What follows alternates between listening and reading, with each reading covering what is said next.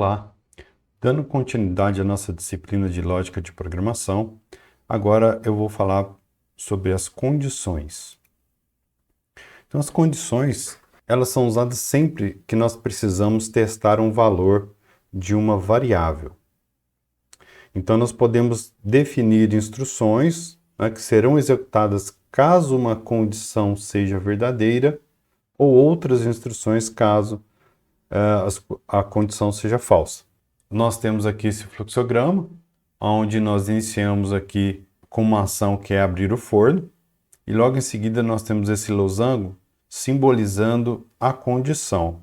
E essa condição é a seguinte: o forno aceso, ou o forno está aceso, e nós temos dois possíveis caminhos a tomar. Um caminho é esse da esquerda, que é sim. Se o forno estiver aceso, nós temos uma outra ação aqui que é colocar mais lenha. E ele segue então para assar o pão aqui nessa ação de assar o pão e termina o fluxo, tá? A outra opção ou a outra possibilidade é que o forno não estivesse aceso, então nós teríamos que acender o fogo e aí então ir também aqui para assar o pão e depois finalizar o fluxograma. Então, no nosso fluxograma, nós vamos utilizar algumas figuras que elas indicam o que está acontecendo. Então, cada figura simboliza um tipo de ação dentro do nosso programa.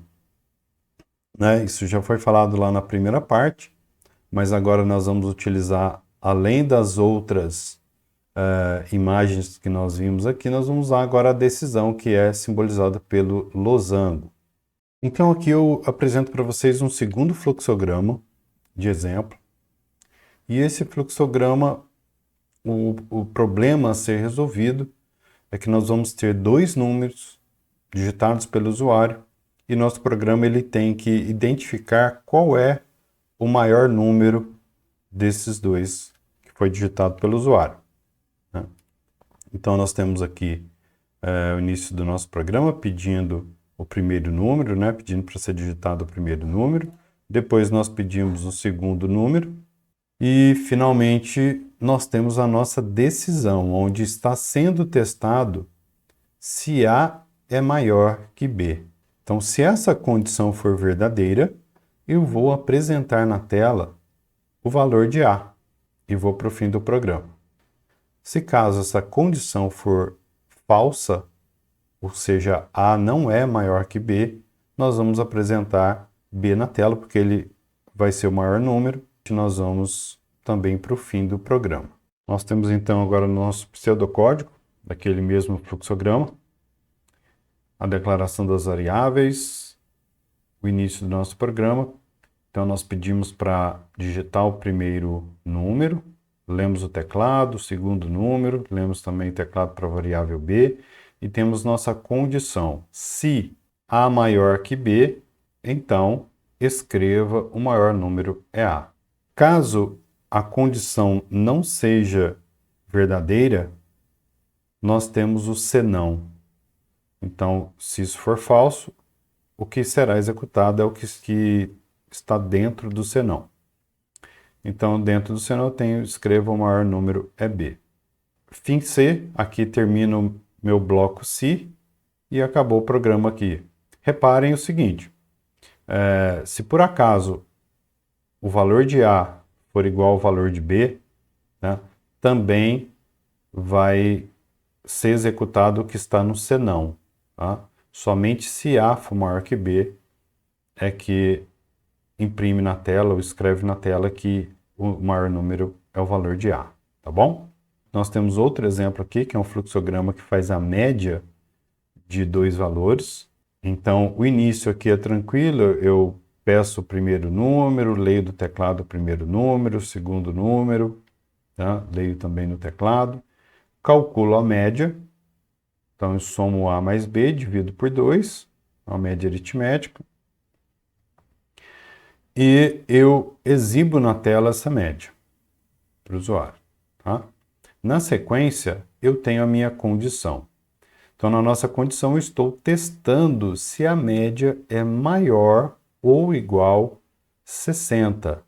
Se isso for verdadeiro, eu escrevo na tela que a pessoa, o aluno, está aprovado. E fim do programa. Se a condição for falsa, eu escrevo na tela que ele está reprovado e vou para o fim também. Então, nós temos esse exemplo em que a gente calcula a média e testa se ela é maior ou igual a 60. E temos dois sentidos que o nosso programa pode tomar, tá? Caso a decisão seja verdadeira ou caso ela seja falsa. Aqui em pseudocódigo, declaro as minhas variáveis, peço para ser digitada a primeira nota, a segunda nota, calculo a média aqui, A mais B dividido por 2, então vai ficar armazenado na variável média, escrevo na tela a variável média e tenho a minha condição. Eu testo se média é maior ou igual a 60, então escreva aprovado. Se não, escreva reprovado. Fim C, fechei aqui o bloco C e fim. Né? Eu quero que vocês reparem aqui na indentação. Né?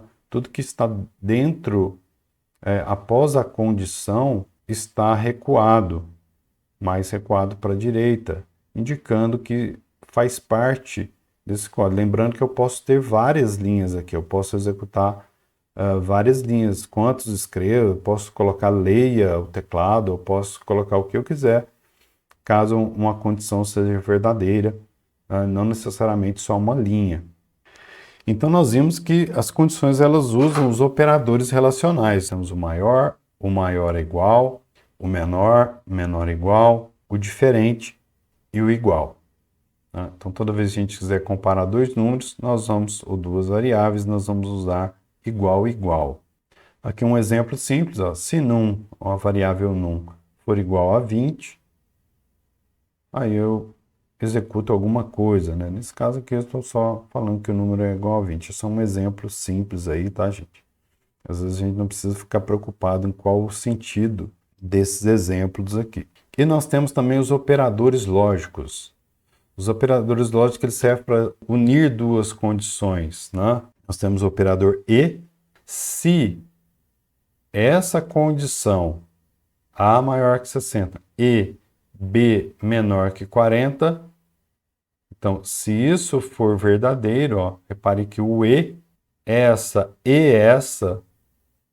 implica que as duas têm que ser verdadeiras para que a expressão toda seja verdadeira.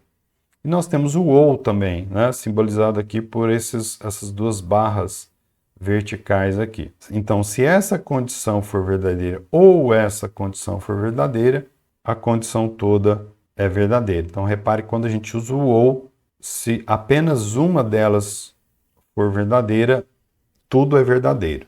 E, finalmente, nós temos o não também.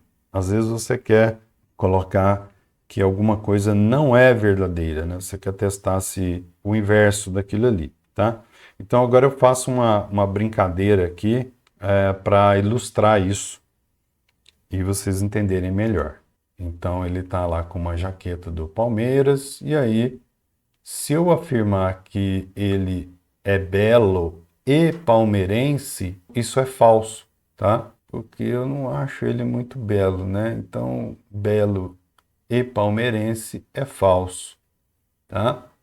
Nós temos aqui se ele é belo ou palmeirense, verdadeiro, tá? Se eu afirmar que ele é feio e palmeirense, verdadeiro. Tá? Se eu falar que ele está loiro ou corintiano, verdadeiro, tá? Está loiro ou corintiano é verdadeiro. Se eu falar que ele não feio, é falso, né? Então aqui eu estou invertendo o que está dentro do parênteses aqui, tá bom? E por outro lado aqui eu tenho um outro exemplo, né? Se eu falar que essa mulher ela é loira e atleticana, isso é falso, tá? Porque ela é atleticana, ok, mas ela não é loira. Então loira e atleticana é falso. Se eu falar que ela é loira ou atleticana, verdadeiro. Se eu falar que ela é feia e atleticana, a afirmação fica falsa. Se eu disser que ela é bela ou São Paulina, fica verdadeiro. Se eu falar que ela não loira, isso é verdadeiro também. Então é só uma brincadeira para ilustrar. Então nós temos aqui, novamente, aqui os operadores lógicos. Se a variável num for maior que 20 e a variável num for menor que 30, então escreva o número está entre 20 e 30. Agora com ou, se num for maior que 20 ou num menor que 30, então escreva o número é maior que 20 ou menor que 30.